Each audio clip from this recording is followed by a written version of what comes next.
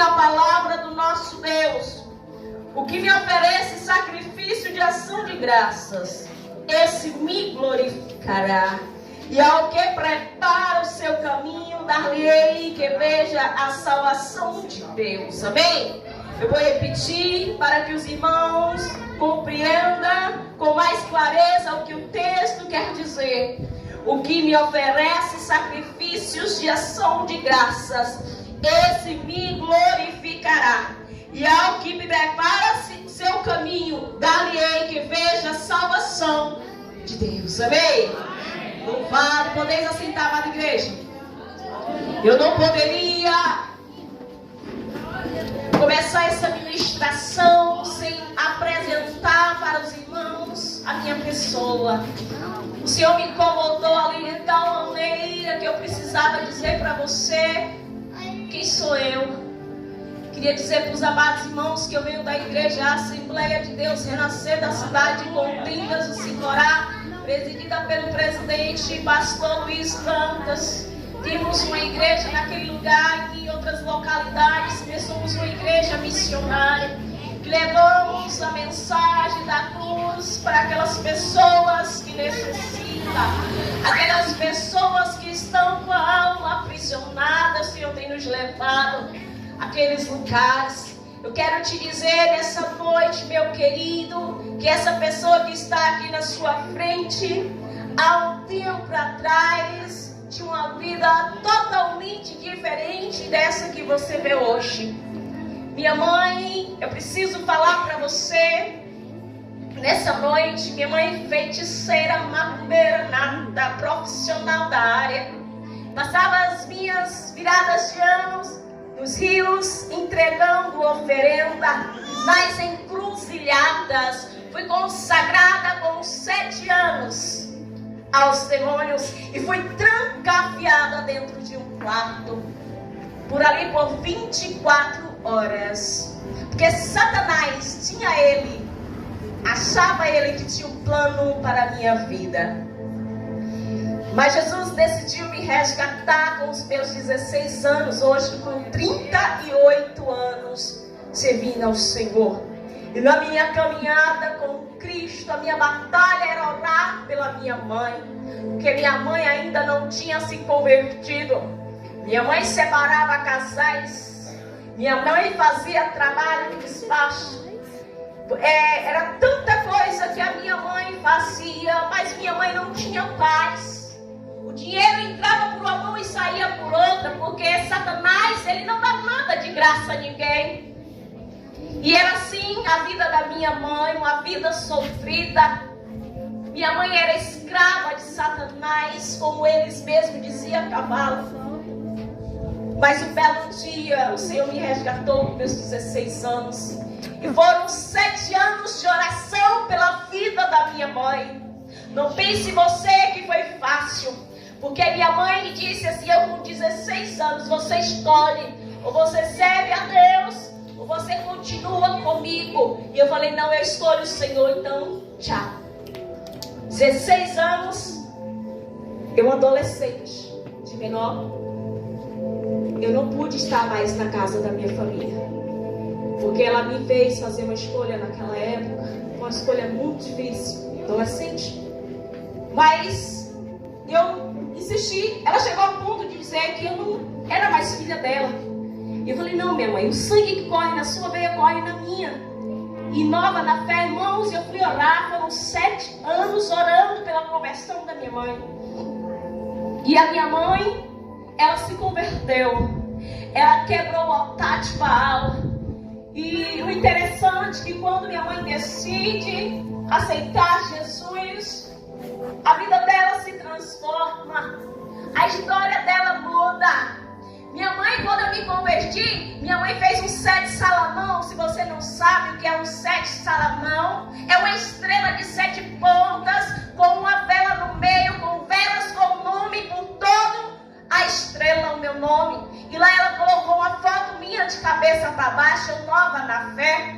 E eu disse pro meu pastor, eu disse, pastor, minha mãe colocou, eu fui lá, eu vi que minha mãe colocou uma foto minha lá no altar da casa dela, porque ela queria fazer um trabalho para que eu saísse da presença do Senhor.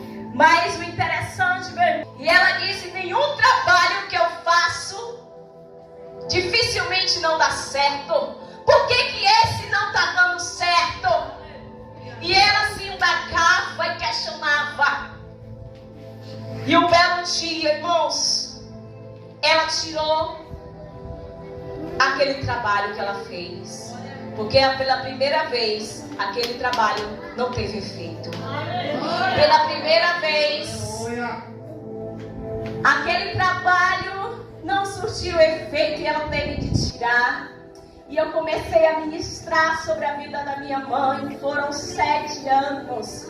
O que eu quero dizer para você nessa noite, meu querido, não importa o tempo que você está orando, eu preciso enfatizar isso para você nessa noite. Não importa o tempo, porque o tempo não é do homem, o tempo é de Deus. O tempo não pertence a você. Foram 7 anos de joelho e minha mãe se converteu ao Evangelho e foi quebrado o altar de Baal. Uma missionária, Ana Lúcia, na época, junto comigo, entramos, fizemos a oração, perguntamos se ela queria, e ela falou assim: eu vou levantar a bandeira, eu vou desistir, porque eu não estou suportando mais. O fardo está pesado, o dinheiro entra por uma mão e sai por outra, eu não tenho saúde, toda vez que eu pego um trabalho para fazer, a carga vem sobre mim. E ela começou a indagar o Deus dela. Por que a minha vida era diferente e a dela não? Ela começou a indagar e ela começou a ver Jesus trabalhar. Meus irmãos, quando foi quebrado o altar de Baal, ela tinha um altar em sua casa. Foi quebrado esse altar e ela decidiu, ela dizia assim: olha, quando eu aceitar Jesus, eu vou aceitar verdadeiramente e não vou sair da presença.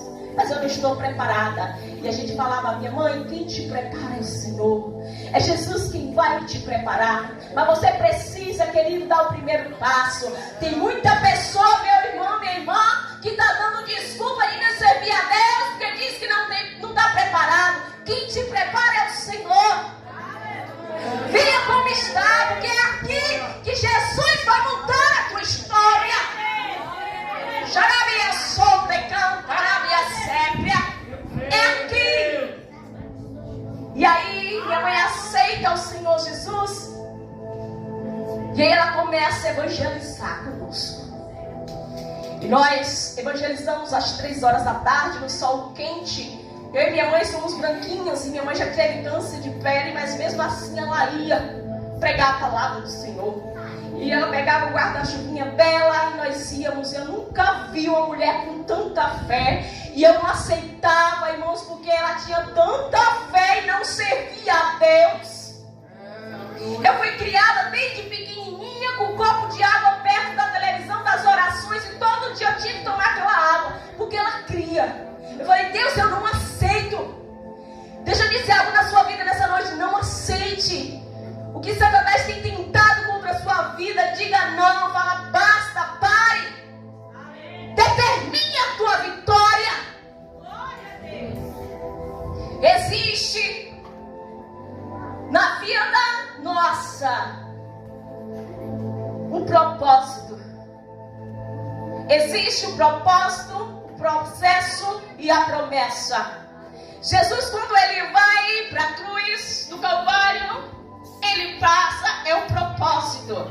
Quando ele morre, é o processo. Quando ele ressuscita, é a promessa de Deus. Às vezes o processo dói, a carne machuca, a alma está ferida. Mas eu te digo, meu irmão, minha irmã, nessa noite, passe pelo processo, porque você vai alcançar as promessas do Pai. Você vai alcançar as bênçãos do céu para a sua vida. E um belo dia, e a nossa missionária, ela estava pregando, e ela estava orando, e ela disse o seguinte: que não seja o que ela for falar, mas seja inspirado por Senhor. Está totalmente fora do que o Senhor, que eu quis. Está totalmente fora do que eu preparei para fazer nessa noite. Porque Jesus pediu para falar e a gente obedece. E aí, meu irmão, minha irmã, nós íamos nesse sol quente evangelizar. E um belo dia, meu irmão, minha irmã, nós chegamos em uma casa onde tinha um senhorzinho numa cadeira de roda e a sua esposa. E nós entramos, pedimos para entrar na casa deles, se podíamos orar, conversar um pouquinho com eles, e eles permitiram. E aí nós perguntamos, podemos orar pelo seu esposo? E o esposo bem queixoso, cheio de dores, lamentando porque ele andava e ele não estava andando mais. E aí nós pedimos para fazer uma oração por ele e pela esposa também, a esposa com depressão. E nós oramos, a esposa aceitou Jesus, o esposo também aceitou Jesus, mas não tinha força para ir para a casa do pai. E aí nós tínhamos um compromisso de todas as tardes visitá-los e orar e levar a mensagem da cruz. Se Jesus mandar tu ir, meu irmão, tu vai. Se Jesus falar com você, vai, meu irmão, porque Ele garante a vitória. E foi assim, irmãos, durante alguns dias. Quando é um belo dia que a gente chega na casa, irmãos, nós não encontramos aquele Senhor na sala como de costume para fazer oração. Apenas sua esposa. E aí a gente pergunta para a esposa, cadê seu marido? Onde está seu esposo? Aí ela falou assim, porque a casa dela é tipo uma chagrazinha pequenininha, né? Mas dentro da cidade, a casa dela assim, e tem um bocado de plantação em volta. Mas nós entramos e fomos direto para a casa dela. E ela falou assim, cadê seu esposo? Que todo dia a gente vem aqui, a gente ora por vocês, e cadê ele? Aí ele falou assim, ela falou assim, virem e olha. Irmãos, quando nós viramos, ele estava capinando o quintal, irmãos. Você não entendeu. Jesus levantou ele da cadeira de roda. E ele morreu testemunhando o que Deus fez. E ele entrou na igreja com as suas próprias pernas. Ainda que manco, mas ele entrou. Deus usou aquela macumbeira, aquela feiticeira. Entenda uma coisa, não permita que Satanás diga que você não pode, que você não é capaz. Deus pega do monturo e coloca para sentar entre príncipe e princesa e vai te usar. É desse jeito que Jesus faz. É dessa forma que meu Senhor trabalha. Teve uma época que eu fiquei em cima da cama com lúpus. Irmãos, lúpus é uma doença degenerativa que ataca os órgãos vitais. E eu lembro como hoje foi um momento muito difícil na minha vida. E Jesus me deu a cura de lúpus. Eu tenho um exame de antes e depois. E nós oramos. E um dia, irmãos, na igreja, um pregador chegou e ministrou a palavra. E disse assim, ó, se você ter fé, você será curado. E quando ele vinha da cidade de Jiquié para Campinas para pregar e voltava no mesmo dia. E quando ele saiu para pegar o carro, eu fui em encontro dele, eu falei, pregador, deixa eu te falar. Eu senti que Deus me curou. Irmãos, eu tinha feito o exame, tanto que era tanto de urgência que foi para Belo Horizonte de avião, porque era urgente, o estado não era bom. Eu fui para a igreja pela misericórdia, eu estava numa situação só, misericórdia. Porque eu tinha fé. E aí, quando foi na segunda, o meu resultado, não, 3 dias depois, o resultado chega, eu fiz de novo o exame, porque era em caráter de urgência, e não havia mais lúpus no meu sangue, eu não tinha mais doença, eu estava curada, eu estava livre da enfermidade. Jesus aí quando Ele chama, irmãos, Ele capacita. Quando Jesus faz a obra, Ele faz por completo. Quando Deus quer fazer milagre, Ele faz, porque Ele é Deus. Não importa o prognóstico. Não se preocupe com o que o médico falou, porque a última palavra é de Deus. O homem pode falar o que quiser, mas se você crer, você vai ter a glória de Deus. É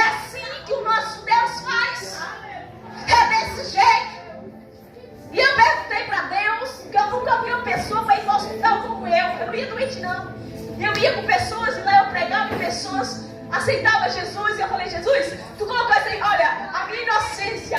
Você colocou essa enfermidade para ir para o hospital, pregar para o povo de novo? Aí Jesus, não. Essa enfermidade que eu permiti em você é para onde você for, colocar a planta do seu pé, você testemunhe do grande feito que eu fiz na sua vida. Na minha cama, enferma, Deus falou isso comigo. Onde você for, colocar a planta dos seus pés, testemunhe o que Deus fez na sua vida.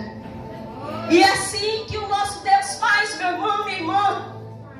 Eu louvo a Deus porque até aqui Ele tem nos ajudado. O culto de ação de graças é nada mais, nada menos um reconhecimento do nosso Deus. Tem muita gente que é ingrata a Deus, não reconhece o que Deus tem feito, recebe as bênçãos. Quando está na luta, chora, esperneia, busca, mas quando está na bênção, esquece. Vocês lembram dos 10 leprosos? Foram 10, né? Apenas um voltou para agradecer a Deus. Apenas um ao Senhor Jesus. Apenas um foi lá e reconheceu e falou: Senhor, foi lá agradecer ao Pai. Reconheça o que Deus tem feito na sua vida. Reconheça o que Deus pode fazer na sua vida. Se não fez ainda, fique em paz, porque Deus vai fazer. José, ele foi jogado na cova. José passou pelo propósito. Quando José é levado cativo e ele é preso, ele passa pelo processo. O processo dói, o processo machuca. Mas tem algo interessante do processo que eu gosto, que é a aprendizagem. Que quando você passa pelo processo, ou você aprende ou você aprende. Se você quiser alcançar as promessas, você tem que passar pelo processo. E a Bíblia vai nos dizer que ele se tornou governador do Egito. Não foi da noite para o dia. As coisas, escute bem isso aqui é para você, meu irmão, minha irmã. As coisas não vão cair na sua mão de paraquedas. Você tem que ser digno e merecer aquilo que Deus tem para você. Você tem que buscar, você tem que se render, você tem que descer. Você tem que buscar para você ser digno de receber aquilo que Deus tem para você. Deus não dá nada a ninguém de mão fechada. Tem que ir para o joelho sim, tem que sacrificar sim, tem que renunciar sim, tem que fazer jejum sim, tem que orar sim, tem que buscar sim. Somente assim você vai alcançar as bênçãos do céu. O interessante que lá em 2 Reis 4:2 vai falar de Eliseu, que ele aumenta o aceite da viúva.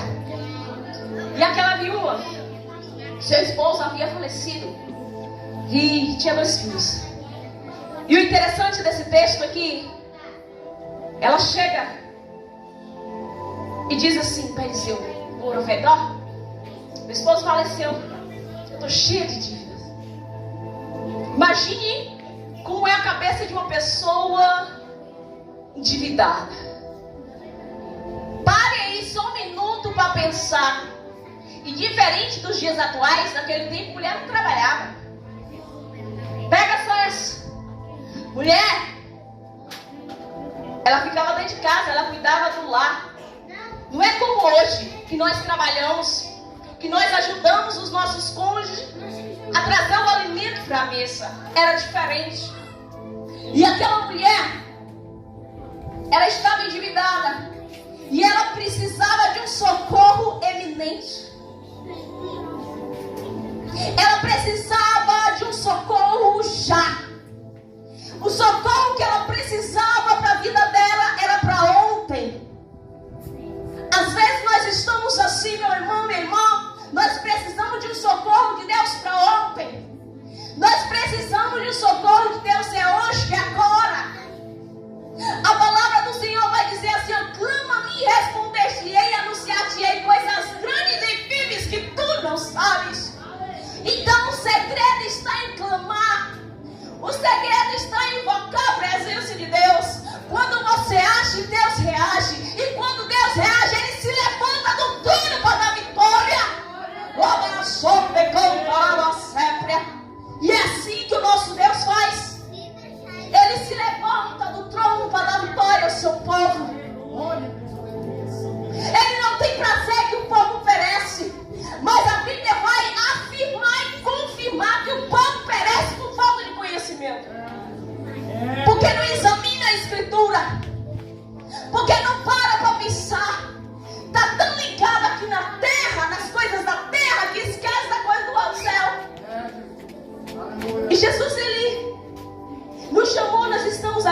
de passagem. Nós estamos aqui vivendo um momento. E esse momento que estamos vivendo aqui, deixa eu te dizer, é que vai definir teu futuro. O teu momento que tu está vivendo aqui, que vai definir o teu futuro na glória. Então se desligue das coisas da terra, porque a terra pouco tem para te oferecer. Mas se ligue no trono da graça. A Bíblia diz que o Senhor virá e não tardará, e ela buscará uma igreja lavada e remida pelo sangue do Cordeiro. E aí aquela mulher, e ele pergunta para aquela mulher o que a mulher tinha. E aquela mulher tinha um pouco de azeite. Olha o que eu entendo com essa palavra. Na sua vida pode faltar o dinheiro. Na sua casa pode faltar o alimento. O amigo pode sim te abandonar. O esposo, infelizmente. Mas tem uma coisa que crente não pode perder, que é o azeite, meu querido. Meu Deus. Busque de Deus o azeite sobre a sua cabeça. Você pode perder muitas coisas, mas não perca o azeite, não perca a unção, não perca o foco, não desvie daquilo que Deus te chamou. Sabemos que Satanás, ele é especialista em enganar o homem. Ele faz as suas armadilhas, ele projeta as suas artimanhas em cima de nós. Mas o crente que está cheio do azeite, o crente que tem a unção do Espírito Santo de Deus, ele não vai se desviar para a esquerda, mas ele vai ficar com os olhos fitados naquele que é autor e consumidor da nossa fé. A caminhada às vezes é cansativa, mas entenda uma coisa: o nosso mestre Jesus Cristo ressurreto, ele disse que ele iria, mas ele deixaria o Consolador. E aí eu entendo que você não está sozinho. Não se sinta só, meu irmão, minha irmã, porque Jesus Cristo está com você. Quando você está no seu quarto conversando com Deus, é ali, ele está contigo. Quando você vai para o seu trabalho, ele está com você. O Senhor visita a sua mente, o seu coração. O Senhor, ele tem esse poder de penetrar a nossa alma, trazendo cura. O Senhor me diz nessa noite, tem muita gente com a alma ferida aqui nessa noite. Tem muita gente que o coração está entristecido. Mas eu venho nessa noite te dizer que o Senhor Deus, o Jesus Cristo de Nazaré, ele te toma pela tua mão e diz assim: não temas, meu filho, minha filha, porque eu sou contigo. E eu pego pela tua mão direita. Se tu passares pelas águas, eu estarei contigo. E se no fogo tu passar também, a chama não arderá em ti. Jesus nessa noite quer dar cura de alma. Jesus, ele quer curar o seu interior por inteiro. A sua alma está gritando por socorro.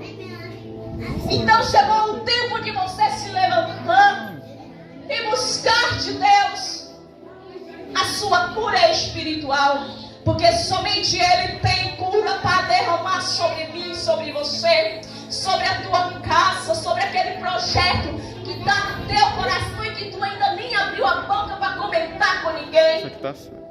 Sabe aquele projeto que está lá dentro de você, que você nem acredita que pode acontecer?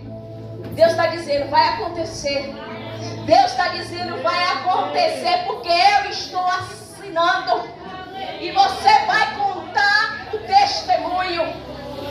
O Senhor está dizendo aqui nessa noite que aquele projeto, ele está assinando. E ele está batendo um martelo. E você vai receber dos céus as bênçãos do Senhor. Lá em 1 Reis. E a Bíblia vai continuar dizendo que aquela viúva, ela não tinha vasilha suficiente. Porque entenda uma coisa, meu irmão, minha irmã. Quando Deus tem algo para dar para nós, Ele não dá pela metade. Irmãos, aquela mulher não tinha vasilha suficiente para encher. E ela começou a tomar emprestadas as vasilhas do vizinho, das pessoas, até o ponto que ela chegou para o profeta e disse: profeta, acabou as vasilhas, não tem mais vasilha. Porque Deus, Ele não é mesquinho. Deus não dá nada mirrado para ninguém.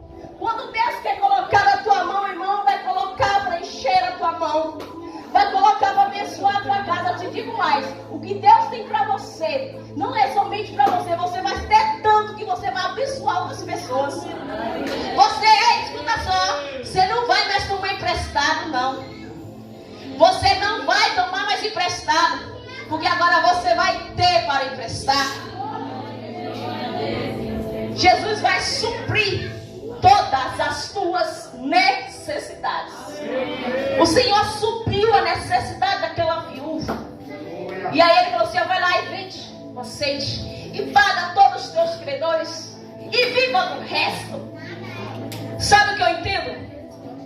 É preciso ter vida no altar, é preciso ter busca para alcançar as bênçãos dos altos céus. Eu vou fechar a minha fala com o último texto que a nossa irmã Regina citou aqui, que foi o texto que Deus gritou a semana inteira. É incrível que todas as vezes que eu ministro aqui, Deus fala, né? O texto. Que é lá em 1 Reis 17, 8. A viúva de Sarepta. Meu Deus. Aquela mulher, mais uma vez, uma mulher, mas uma pessoa que não tinha mais expectativa nenhuma de vida. A Bíblia vai nos falar, nos confirmar que aquela mulher, ela disse para o profeta assim: ó, Senhor, eu só tenho um pouquinho aqui de farinha e um pouquinho de azeite. Eu vou fazer, eu vou comer, mas meu filho e vamos morrer. A expectativa daquela mulher se esgotou. Ela não tinha esperança. Eu estou trazendo esse texto para você nessa noite e eu quero que você entenda que aquela mulher, ela não tinha expectativa nenhuma. Ela já tinha batido o martelo, que ela fala para o profeta: só tem um pouquinho de azeite e um pouquinho de farinha, meu senhor. E o profeta pede alguma coisa para comer. E ela fala: não, senhor, eu só tenho isso aqui para mim morrer, comer e morrer com meu filho. Eu não tenho mais nada. Eu não tenho mais esperança. Não tem mais jeito para mim. Minha história acabou. Agora, Senhor, só um milagre estou eu afraseando. Agora somente um milagre para a minha vida mudar. A nossa vida é assim, meu irmão, minha irmã. Às vezes nós chegamos a um ponto que as nossas expectativas se esgotam. A gente chega a um ponto onde a esperança começa a morrer. Foi o que a nossa irmã falou aqui nessa noite. Chega um momento que as adversidades, as tempestades dessa vida é tanta que tenta nos afogar, que tenta nos paralisar. E a única solução para aquela mulher, naquele exato momento, era a morte, porque ela não tinha perspectiva de vida. Ela não tinha outra fonte de renda. Imagine aquela criança apenas com um alimento. Eu não sei se vocês aqui, alguém aqui já passou necessidade ao ponto de faltar o alimento. De um filho pedir um pão e não ter. Meu filho não, mas eu sim. Eu já passei necessidade. E não é fácil. A dor da fome, ela dói. A dor da fome, ela dói. Quando o filho puxa a roupa da mãe e pede: mãe, me dá uma coisa para mim comer, porque eu tenho fome. E a fome, ela dói. E aquela mulher, ela não tinha nada mais para oferecer, apenas aquele último alimento. Mas Jesus veio com socorro até aquela casa. O socorro chegou até aquele lar. O socorro chegou até aquela família. Ah, Jesus, eu imagino aquela mulher fazendo a sua última oração. E ela dizendo: Deus, está aqui meu último alimento. Meu e do meu filho, eu estou afraseando, eu estou pensando. Não está na Bíblia. Senhor, é o último alimento que eu tenho aqui, Jesus. Eu não tenho mais nada. Não tenho mais nada para a gente comer. Eu não tenho nem mais o meu marido.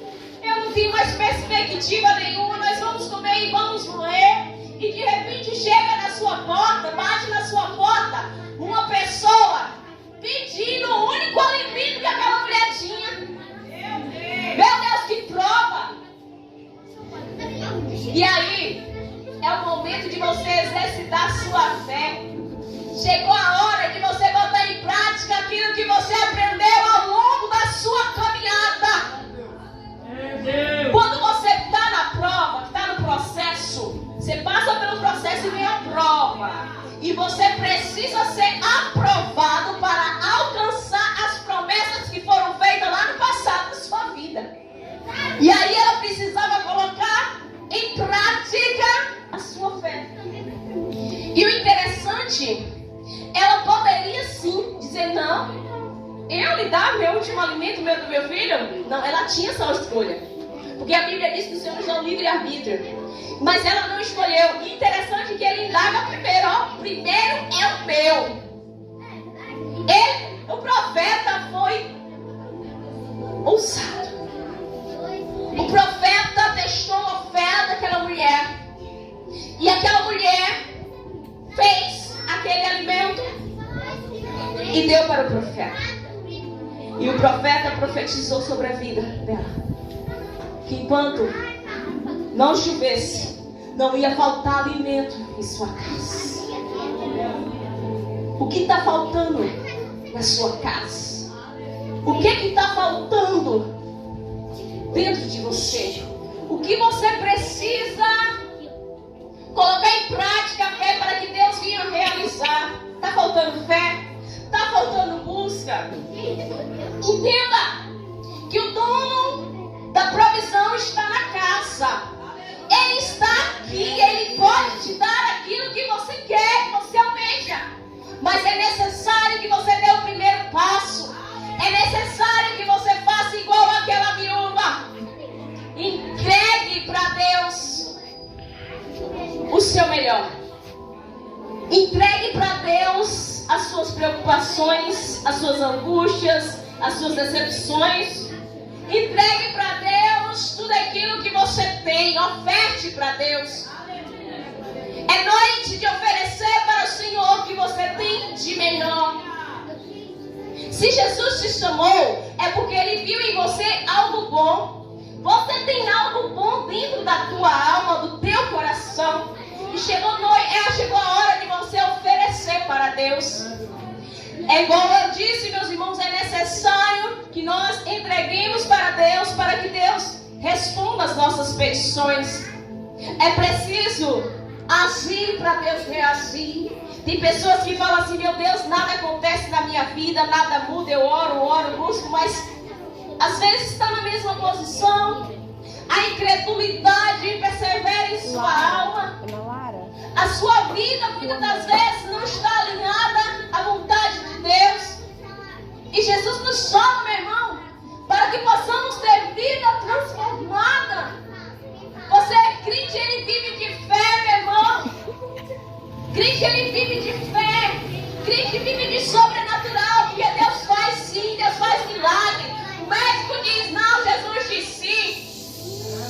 A porta está fechada e Jesus diz que abre porta onde não tem parede. A Bíblia vai falar que aquele povo passou a terra, passou o mar com os pés enxutos. Fez Jesus abrir o mar para o povo passar. O que Deus não pode fazer na minha e na tua vida? O que é que está difícil? Acaso tem algo impossível para Deus? Sabe o que impede Deus agir em nossas vidas? É a nossa incredulidade. A nossa incredulidade. Mas eu te convido, meu irmão, minha irmã, para nessa noite você declarar, em nome de Jesus, você vai declarar que você, a partir de hoje, você vai ter uma vida diferente. Você vai crer no sobrenatural. Você vai crer no Deus de provisão, no Deus de milagre, no Deus que cura. Deus cura AIDS, Deus cura depressão, Deus cura câncer, Deus cura lepra. Não há nada impossível para Deus.